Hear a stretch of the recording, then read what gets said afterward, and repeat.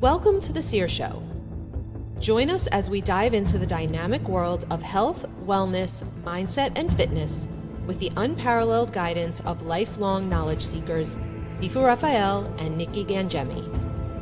Sifu and Nikki will unlock groundbreaking insights with extraordinary guests from around the globe. You'll get the latest holistic approaches to well-being with a sharp focus on the powerful connection between mind, body, and soul. Get ready to take the leap. It's time to embrace a brighter and healthier future with us at the Seer Show.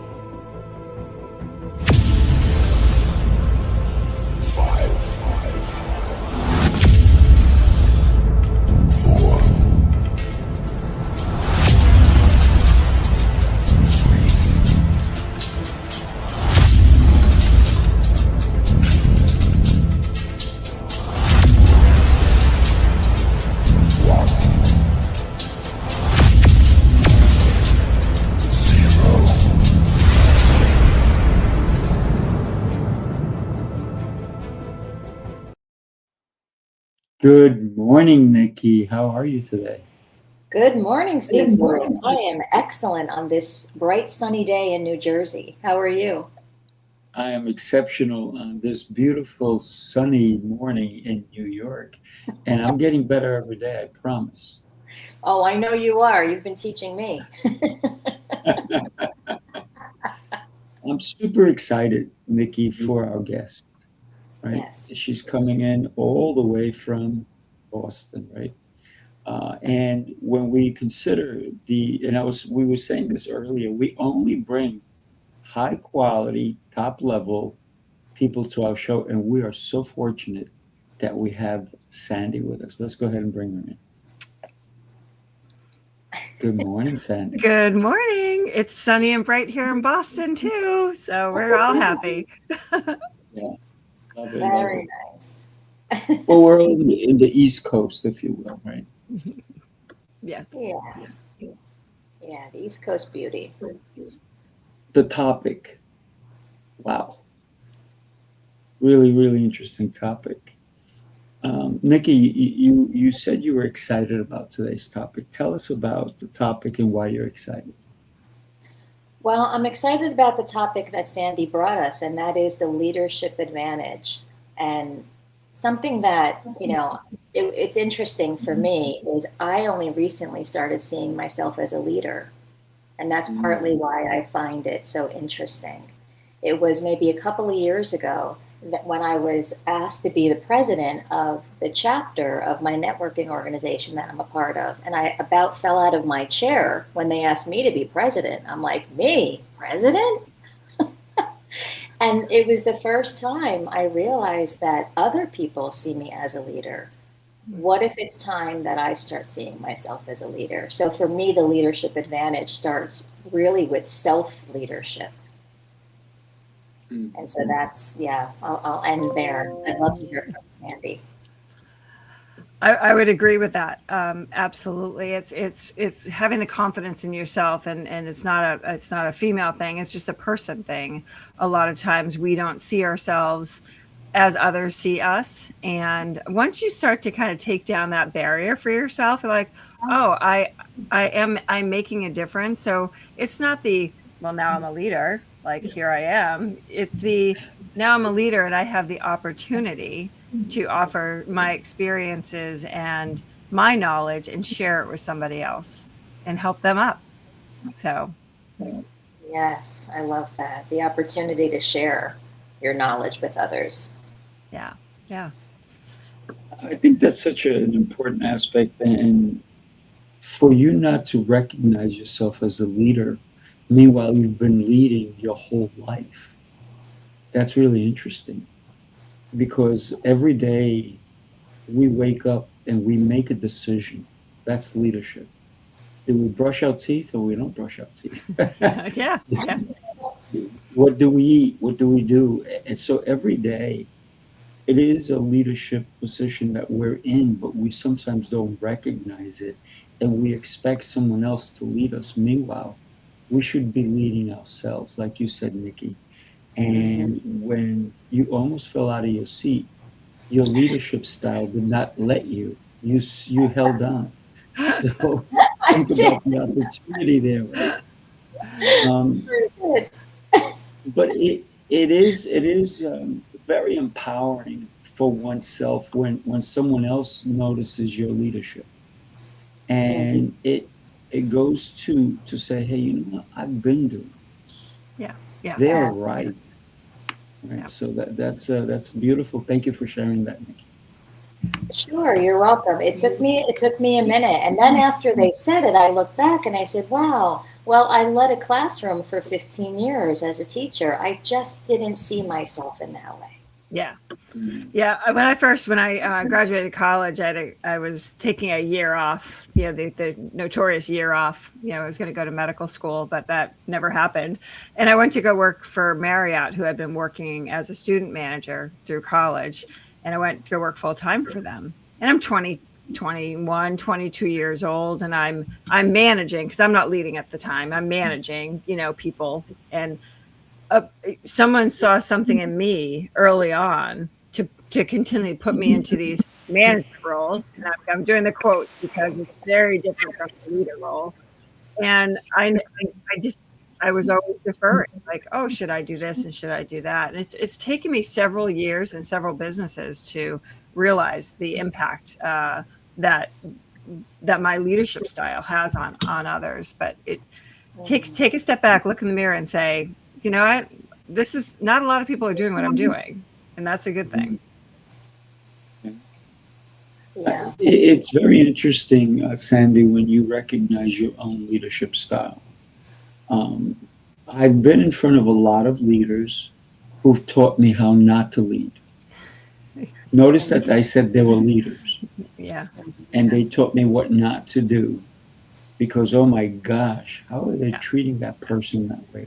Or what are they thinking? They didn't future plan. They didn't consider all the options. Mm-hmm. Because sometimes there is such a thing as emotional leadership.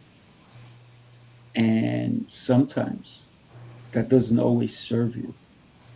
And Right. sometimes it does. So you have to be able to figure out which one is working for you today. And so I have learned so much from observing people. I'm one of those leaders that sometimes sits, yes, I will be in front, I'll be taking over, but then I'll push back and I'll sit back and I'll watch. Mm-hmm. I am very much a people watcher. And then I will see what happens when someone is presented with an opportunity and how they handle it. Yeah, I would agree with that. And I think it's also understanding who it is that you're talking to, and how they're receiving your message. A lot of times we as leaders, and I'll trash Gen Xers, sorry guys, I'm one of them, not very pretty direct and not the nicest people in the world, until they kind of step back and go, oh wait, I probably shouldn't have said it that way. But it's really that self-awareness, and then who are you talking with and how are they receiving what you're saying? So it's not necessarily your style. Yes, you have to know what your style is, but you've really got to be able to read where other people are coming from, so you can deliver the message in the way that they're going to receive it. Well, that's what makes you a great leader. Yeah. There's not many of them out there. I was just thinking that. You're rare. I have a hard time with it sometimes because I'm so direct, and there's like, oops, whoops, but that's the Irish girl from Boston in me. It happens, and I do this for a living. Mm-hmm. It's very interesting because I am like that, and I do not like people who yes me.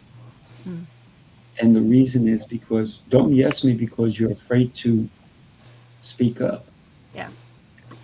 And one of the things that when I'm leading anyone, I say to them, listen, if I say something that doesn't sound right to you, let me know. I said, because if you don't let me know, I'm not a mind reader. And I don't know how to read minds. I've tried as hard as I can, and I still don't have that gift.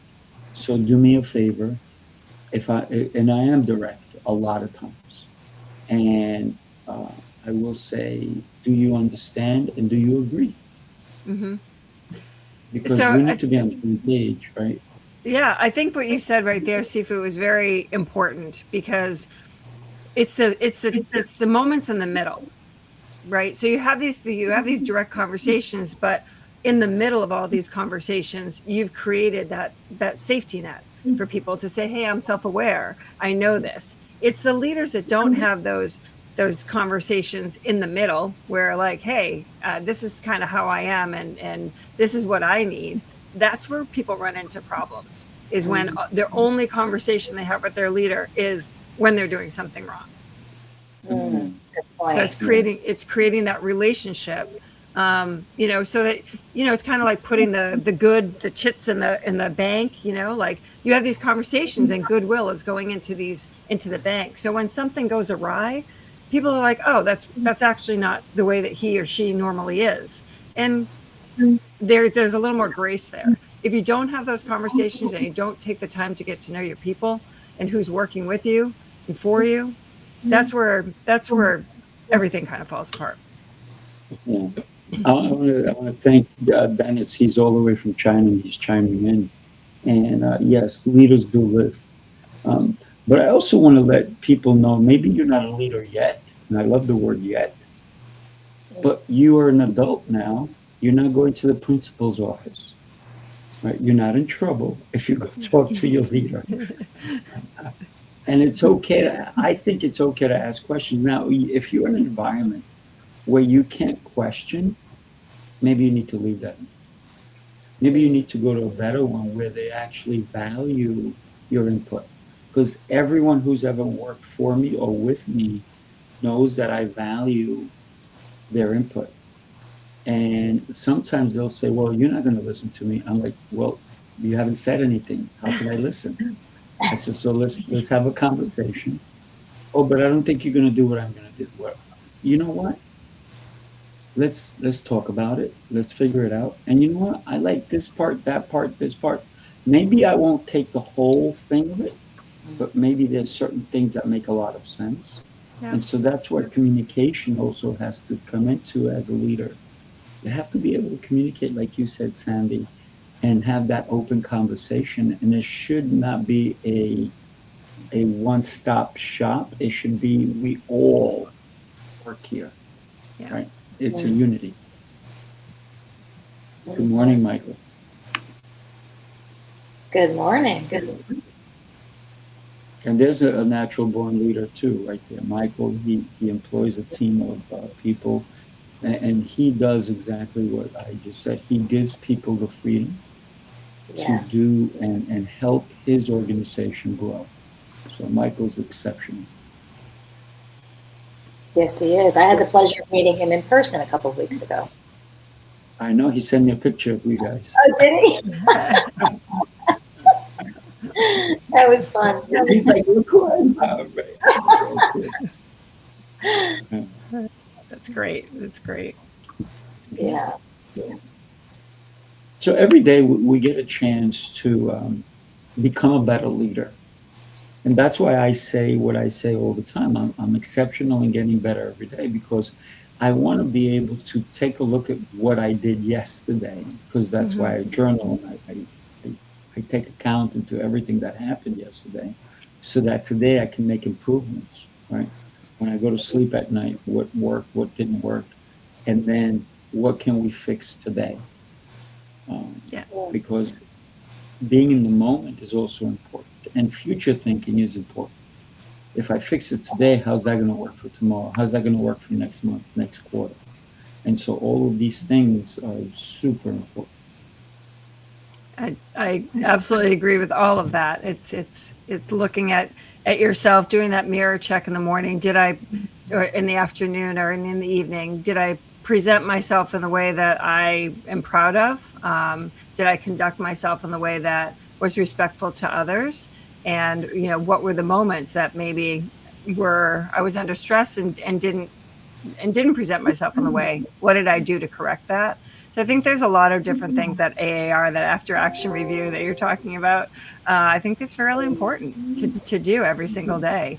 And in the morning, what am I grateful for, for today? Even if it's just the sun coming up, But at the end of the day, everything that we do affects people's families, people's lives. So, when we do a lot of the work that we do with our leaders and our teams and things like that, it's if you've treated someone poorly all day long, they're going to go home and they're probably not going to be in the best mood. So they're even just affected a bedtime for a child, a husband and wife connecting, or whatever the case may be. So I really feel like we really need to, yes, there's a separation between work and family, but there really isn't, because how you're treated all day long is what's going to translate to your home life. Wow, that's a great point. I have a friend of mine who was he was overseas because he was sent there to help fix a company. And he was at the warehouse. And people were like looking like, why is he in the warehouse with us? He's an executive. He's this, he's that. And he would come in, talk to them, ask their names, get to know them. And then it was a routine. Every morning he would walk the warehouse, say good morning to everybody, and then say, and one of the most important things that he did help transform the bad situation to a good one is he would say, what are your challenges lately? And how can we make it better for you?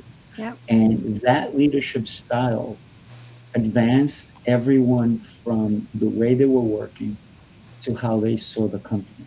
Mm-hmm. And that alone, that little interaction was phenomenal. And the owners of the company was like, wow, we've made a huge change. Why? What happened? So they started looking into it because they didn't know he was doing this. Yeah. He was just doing it because he felt it was important, because that's who he was as a leader, right? Yeah. He didn't go brag about himself, because great leaders don't brag about themselves. They just do the thing. Yeah. Yeah. Yeah, they do the work, they get the results. And I think that's, the book that I wrote last March, People Profit, is really about that. It's the frontline workers, the people that are actually doing the work. A lot of times they don't have influence in the decisions that are being made. So the executives sitting in their executive offices having this conversation, oh, wouldn't this be great? And suddenly a mandate comes down. Middle managers are like, what? Supervisors are like, what do you mean? And the employees are like, that doesn't make any sense. And so starting with the front line who are actually doing the work, dealing with the customers, and if you do that, if you focus on that group and on all those groups, break down your silos, help them create processes that work for them, your clients and your customers are all going to get great experiences. Then you're going to get the referrals, repeat business, all the things. It doesn't really start at the top. And I hate to say that, but I don't, because it doesn't. It starts from the top, listening to what's going on everywhere else. Yeah. That's the first time I heard that said. I love that. Just, yeah. It's common sense. When you think about it, it's like, oh yeah, that makes sense. These people are doing the work. My husband's an area director for a manufacturing company. He just moved to they manufacture water tanks, and he just moved to a new line. And, he's just like, no one has spent any time with the people doing the work. And so that's all he's been doing. He's just been spending time and like, what's going to make it easier? And they're just, the employees just like, thank you, it's so interesting. It really is fun, but interesting. Yeah. But it doesn't have to be a huge corporation or company or whatnot. It could be a small mom and shop, mom and dad, kind of mom and pop, as the old saying goes, store. For example, there was a really great Italian restaurant that I used to go many, many years ago. I stopped eating pasta, so I don't go to any Italian restaurant. You can get it over spinach. I can have chicken and other things, right? But and so I still go sometimes, but not as often as I used to. And when I'm at this restaurant, it was a one location only place. And what I noticed is the owner was working harder than everyone else. He was cleaning. He was cleaning the mirrors, cleaning everything, sweeping. And some of the people that worked for him, like, oh, can I get that? Let me help you with that. He goes, no, you go do that. You go do this. And he was so intent on the cleaning aspect of it. The kitchen was taken care of. He would go, you see, he's running to the kitchen. He's doing this. But he was very attentive. When customers came in, he would say hi to them, the whole deal. So his hands were everywhere, Yeah. because what he was teaching was leadership, Yeah. at the highest level. Because I'm not good enough to do it. Right. I'm just as good as you are, and I'm going to show you by example. So now I think he's got 6 of those restaurants. That's great. Yeah. But it started with 1, right? Mm-hmm. Yeah. And when you think about hospitality and you think about, those kinds of arenas, a lot of times people will look at the people that are doing the cleaning or the dishes or whatever as the bottom of the barrel. But I will argue to say that your dishwasher is the most important person in your restaurant, because if somebody gets a dirty plate with their food, there goes your reputation. So it's flipping that thinking a little bit of what is really important. One of the things that we do in our company is we have a midday momentum. So at 3:00 every day, we jump on Teams. We're a remote team. We're a small team. We jump on Teams, and for 15 minutes, what are your successes today? What are your bottlenecks? And who do you need help from? Very quick, easy, but it breaks down some of those communication barriers that you may have, or bottlenecks that might be stopping somebody from moving forward. And that's a game changer. It's communication at the end of the day. Wow. I have to say, you're saying so many things that I haven't heard about leadership, the reframes, the way you've flipped the switch on things. I mean, even like the dishwasher is the most important role in a restaurant. First time I heard that, and I love it. So I'd love to know about your story and how has that impacted these perspectives that you have on leadership. Yeah, thank you. I grew up, been working since I was 14. I've been in hospitality for a long time. I love the back of the house, didn't love serving people. I don't know, and now I love serving people, but always been in the kitchen, really enjoyed that. And, through my career, I've owned a fitness center. I owned a daycare, but if you don't like kids, don't do that. That's a true story. And I think throughout my career, I've had a couple of bosses and leaders who really shaped who I didn't want to be. And I also looked at how I look a lot at the lens of as a customer, because I'm so focused on that experience, that with the fitness center that I owned for 7 years, my biggest thing was get to know the members. The paperwork can wait, other things can wait, but if you don't know the members, you don't know their names or their stories, we're not going to be doing a good job. So we had a basement fitness center inside a hotel, 88 members to get started with. We called ourselves Cheers Without the Beer. Somebody walks in the door like, hey, Mike, hey, Jane. We would know their stories before they even checked, even swiped in their card. And we grew that business for 7.5 years to 600 members because we were a family. And I think that, that journey for me in hospitality and really learning how important the customer was, but that layer, that frontline layer, those are the ones that affect everything. And so, so that's part of the journey for me. And that makes sense, with people first. Now I understand where that came from. Yeah. It's very interesting because I've spoken to a lot of leaders, and almost every great leader I've spoken to says, if I go broke, I'm not broke. If I lose everything, I didn't lose everything, because I still have my connections, and my connections are what really is going to get me back on track, get me back to where I need to be. And so the biggest commodity that we have as leaders is the connections. And so we need to make sure we never burn bridges. We can always separate ourselves from the bridges that are burning, if you will. the people that are maybe going downhill, maybe we help them up.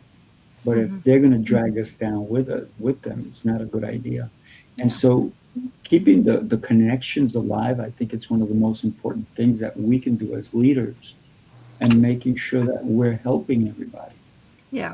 A lot of leaders don't even know their people. They don't even know if they're married, how many kids they have, if they have a dog, what do they care about. So it's those connections.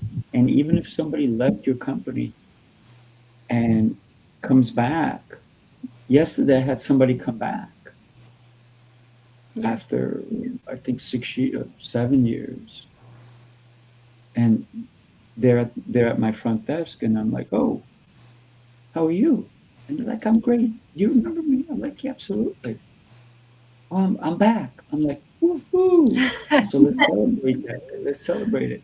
Yeah. And whatever happened in their life that they decided that they needed to leave, they realized that they wanted to go to a place like Cheers where people celebrate them, right? Yeah. And I think Yeah. that's one of the most important things. So even if you're leaving an opportunity, and I told this to my kids, I said, if you're quitting a job, quit at the highest level. Mm-hmm. Make sure you're respectful when you do so. Make sure you give them enough time so they can find your replacement. Even if you're low level, even if you're just the sweeper, say, hey, I'm going to give you my due diligence of my 2 weeks. If I hope you can find, or maybe I can even bring you a referral. I know somebody, whatever.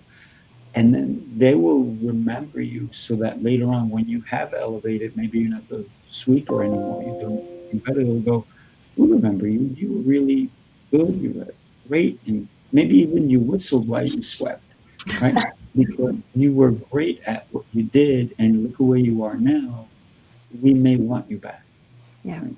But it's not, burning the bridges is not the option that we want for anyone as a leader. And I recommend it to everybody that I coach along the way.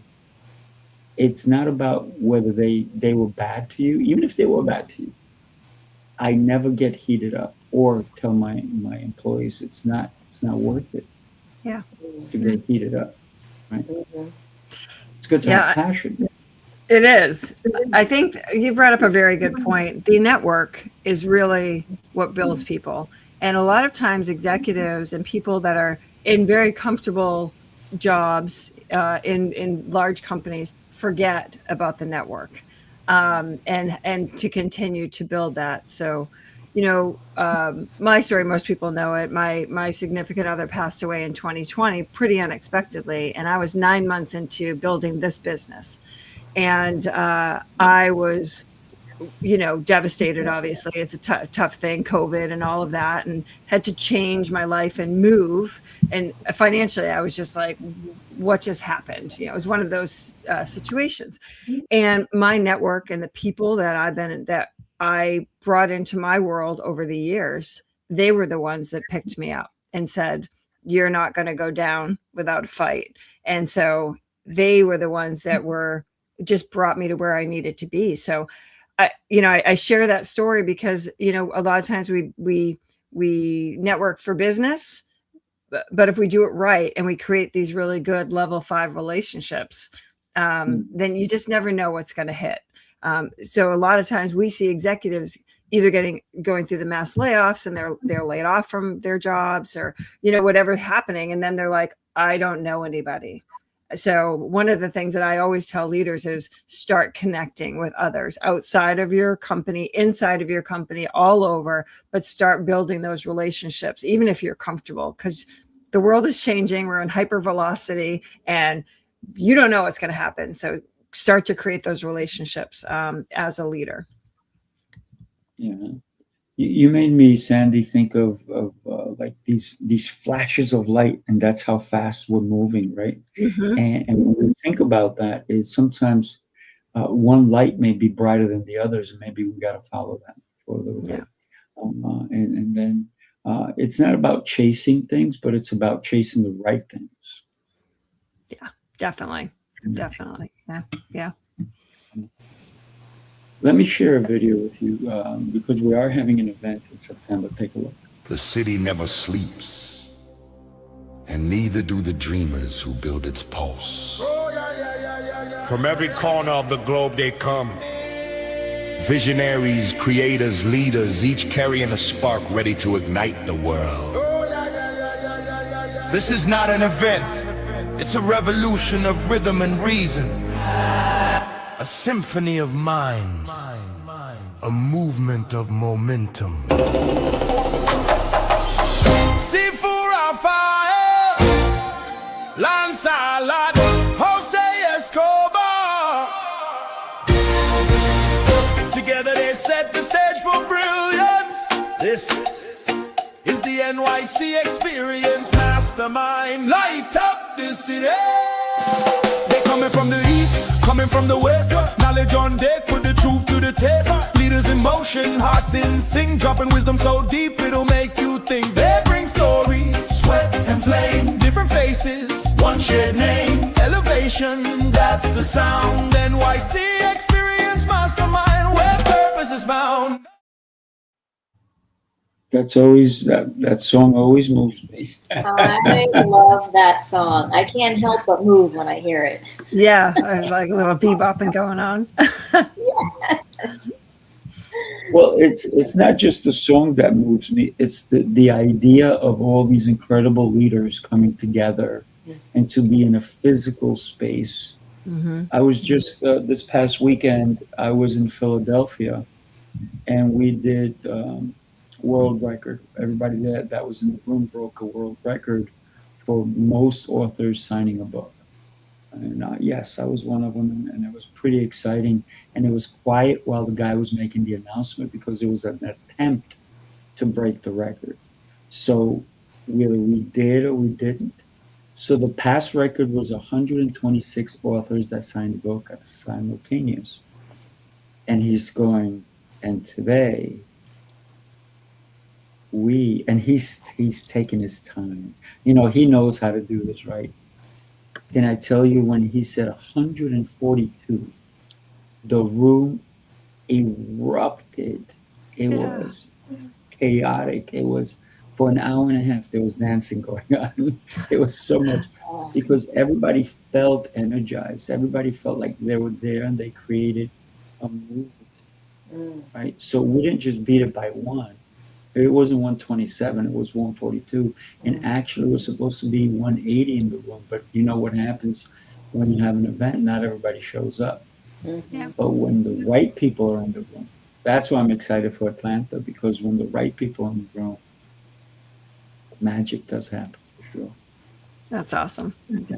Yeah, it's powerful. Your story, Sifu, made me think of Roger Bannister breaking the 4-minute mile, running a mile in 4 minutes. And after he did that, other people started breaking that record.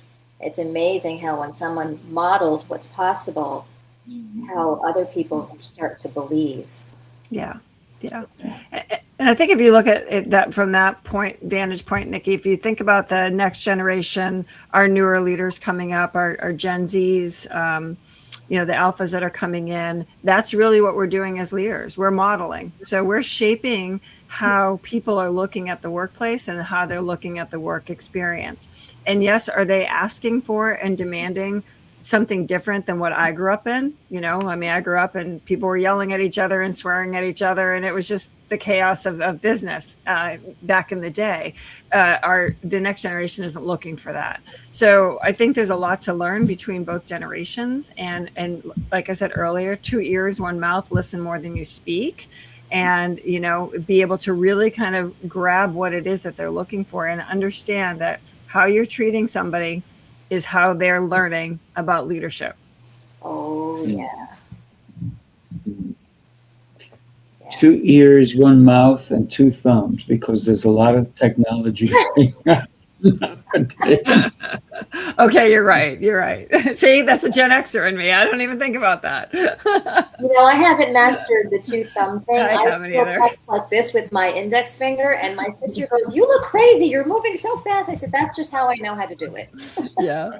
No, my kids are constantly like, "Mom." I'm like, "Oh, I'll just voice it then." But if you think about the aspects of technology that have really stepped into leadership, right? How we use technology also helps with leadership because it's become easier to do so many things Mm-hmm. because of technology, right? So now everybody who's stepping into a leadership role has to be well versed in technology too. It can't be like, oh, you know what? I'll let somebody else handle it. And that's okay, fine and dandy when it comes to, listen, I'm not going to go code the website. I could, but I'm saying most technologies, we have people for that, right? And we have people for this and we have people for that. But even if you have people for it, you still have to have an idea and a concept of how the technology works so you can apply it to the right people. Because if you have, and I've heard this a lot, there was a company that had 50, I think 50 people in their technology department when all they needed was 10. And it was because the leadership didn't understand the technology. And when they decided to bring somebody in who did know the technology, they said, we have too much in this area. And this is why we're losing money. And all of a sudden they said, let's refine it. And they actually, from losing money with 50 people, went down to 10 people, have tripled what they were doing. So knowing technology, I think it's an important aspect. And you don't have to know the ins and outs, but how does it work? Who is good at it as well? I think that's an important aspect for leaders. Yeah, I would agree with that. And I'm going to also caveat this a little bit because I've been talking a lot about this issue that with technology. So I started another company with some other founders called Humanity Rebooted. And it really is about embracing this intersection between strategy, technology, and humanity. And what I'm hearing leaders say is exactly what you just said. Let's reduce headcount. We can with the technology. And we're going to reduce headcount. We're going to grow our profits. Well, that's all well and good. But when we talk about reducing headcounts, we're actually talking about human beings and their lives and their livelihoods and their mortgages and their shoes putting on their kids' feet, all of that. So why don't we think about things in a different way? We need humans to innovate. We need them to be creative. ChatGPT and Claude, they're working on history. They're working on data that's already been here. They can't forward think. They can project and they can formulate, but they really can't innovate, right? So we need our people to innovate, to be creative, and to help, the judgment and ambiguity and all of that kind of thing. So let's think about re-architecting the roles. We're gonna automate the things that we can, data entry and all the basic stuff. We can augment some of the stuff that ChatGPT and Claude does. But humans have to have oversight, and then we can use humans at their highest and best use, right? So if we can look at technology in that way, because if we put everybody out of work with technology, who's going to buy your product? They're not going to have the money to do it. So let's be thinking about the long-term play here. I wasn't saying to replace people with technology. I was saying that they had a technology area that was not being efficient, right? Yeah. But I believe 1,000%, if you cannot articulate what your role is in the company, then we have to reconsider that. Yeah. Right? Because we want to make sure that if you come to work for me, you need to know what your duties are. You need to know how to step up, and you need to know that I cannot stay here because Sifu's moving, he's going this way, right? Yeah. And if we stay here, he's going to leave us behind. So we want to stay with him. We want to keep, even we want to like throw him around a little bit, right? And I don't mind if my employees come to me and say, you're wrong. I'm like, great. How? But you can't just say I'm wrong. Right. You got to tell me how I'm wrong, and then tell me how can I fix it. Yeah. Because you found my fault. I'm happy. Thank you. I appreciate that. Now, how do I fix my fault? Because you found it. Mm-hmm. Yeah. So I think that moving in the speed of light that we are going now, and it's important to stay current, but also, like you said, forward think, Sandy. And that's one of the things that great leaders are constantly doing. And you're right. Claude and all these other AIs, I think there's like 500 billion AIs now that they're promoting, right? None of them are forward thinkers yet. I'm sure eventually they'll get to that. But they're all going based on history. What was done yesterday, let's try it again for tomorrow. No, that was yesterday. Right.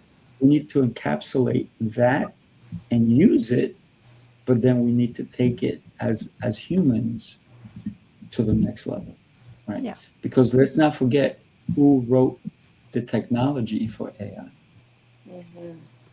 The first AI humans. Yeah. Right? We are AI. Mm-hmm. Yeah, that's a great reframe. And in order for us to continue to forward think, we have to think for ourselves. And I know I could speak for myself and people who I know, who I interact with regularly. We have relied on AI like Claude and ChatGPT to do most of our thinking. And I think that will negatively impact our ability to forward think.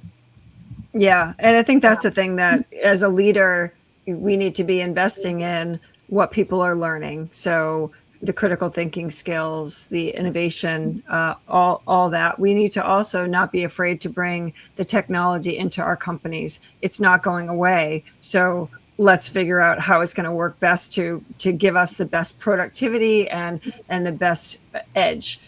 So the companies I talk to that are digging their heads in the sand, and I'm like, you can dig your head in the sand and you're going to end up like Wang. So let's not do that. So let's, right.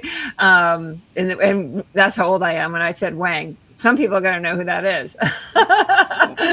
But that's it really. It's how are we helping upskill our staff and getting them comfortable with it. Yeah. It's interesting when we think about leadership and we think about learning and development, because great leaders never stop learning. Great leaders and great companies never stop developing.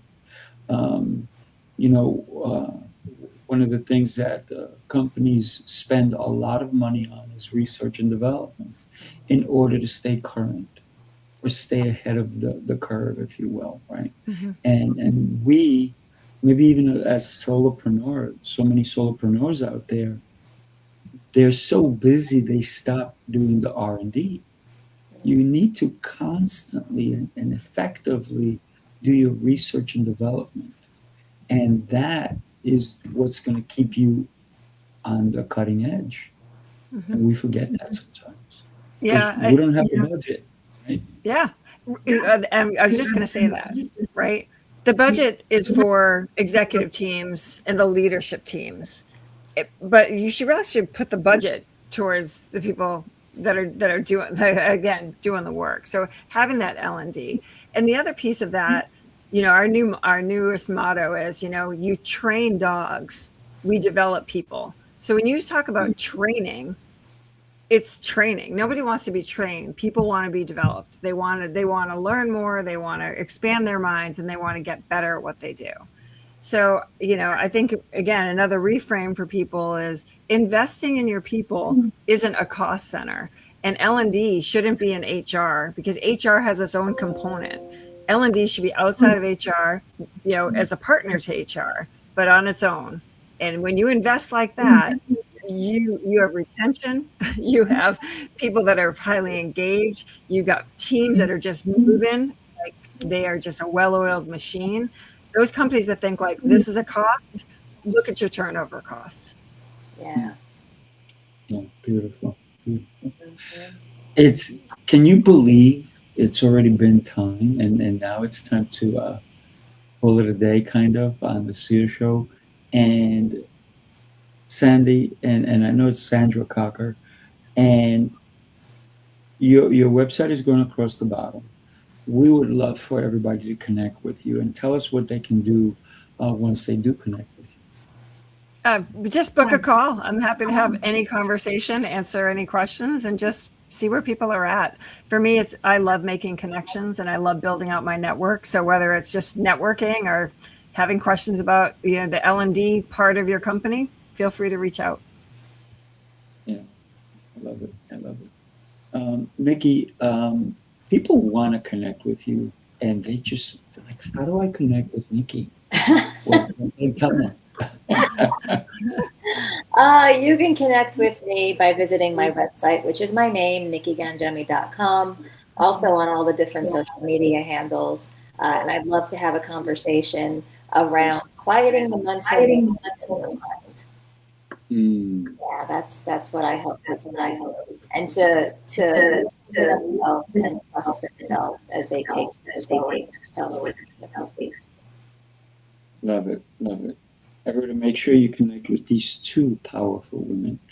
I'm Sifu Rafael. For me, it's really easy. It's my name, Sifu, S-I-F-U, Rafael, RAFAEL.com. And there you can book a strategy call. You can book to go on the show. Or if you want to change your life, you can connect there too. So thank you, ladies. What a pleasure. Incredible. Sandy, I hope this is not the last time you're on this show, because you brought so many powerful ideas and concepts to us. So really grateful to you. Grateful for Nikki to introduce me to you. Nikki, you're amazing. Keep doing what you're doing, girl. Thank you. Thank you so much. Thanks for having me. I really appreciate it. God bless everybody. Have a beautiful day. Have a beautiful day. Bye. Bye.